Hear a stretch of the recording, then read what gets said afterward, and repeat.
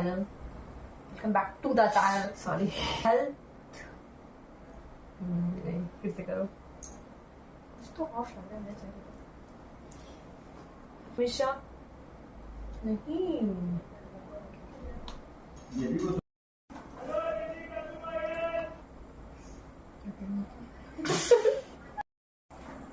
And please like.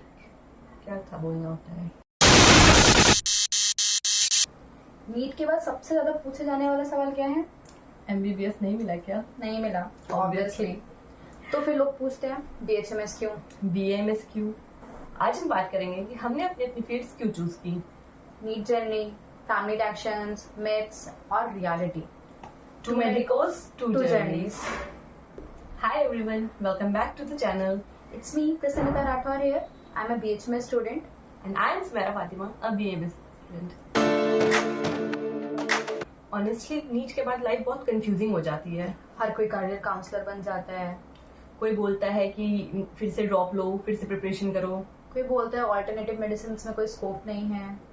और कुछ लोगों को तो BHMS और BAMS में डिफरेंस ही नहीं समझ आता है. लेकिन इतने सारे कंफ्यूजन के बीच में हमें समझना था कि हम एक्चुअली चाहते क्या हैं.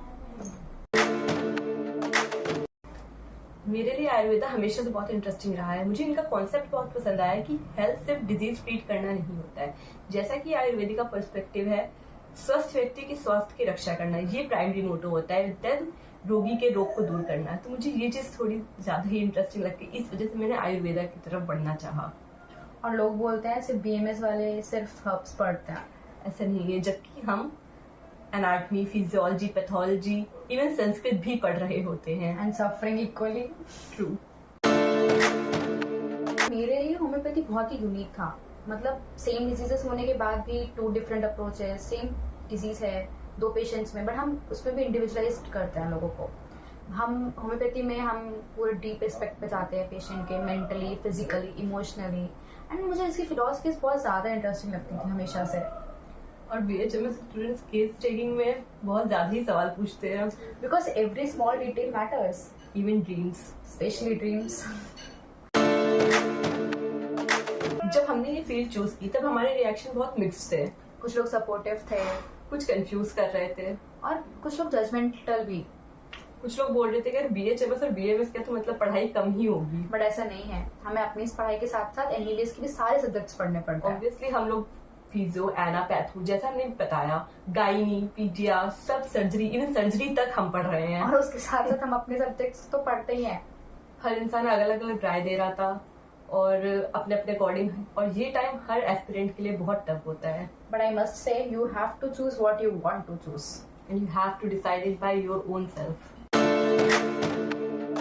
हम आपको ये बताना चाहते हैं कि आप हर फील्ड में स्कोप है अगर आप जेन्युइनली मेहनत करते हो तो.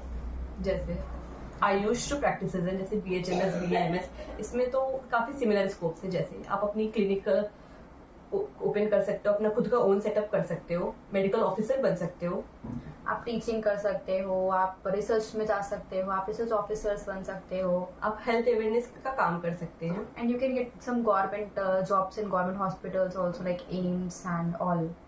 और BAMS में तो आप integrative health care, holistic healing के साथ भी स्टार्ट कर सकते हैं. और अब हर फील्ड की कुछ अपनी लिमिटेशंस भी होती हैं. बट एक बहुत बड़ा मिथ है कि ये दोनों मेडिसिन आर सूडो साइंस. लेकिन मैं बस ये कहना चाहूंगी उन लोगों को जो जिस फील्ड की इंसान को नॉलेज ना हो, उस चीज पैथी को या किसी भी फील्ड को डिसरिस्पेक्ट करना बंद कर देना चाहिए. Because whether it is MBBS, BDS, BAMS, BHMS, health care is still health care. तो at the end of this video हम बस आपको इतना ही मैसेज देना चाहते हैं कि जो बच्चे अभी इस वक्त जिनकी किसी भी रीजंस की वजह से उनको MBBS नहीं मिल पा रहा है और वो डिलेमा में है कि उन्हें क्या यूज करना चाहिए, BDS, BAMS, BHMS, बहुत कंफ्यूजन होती है.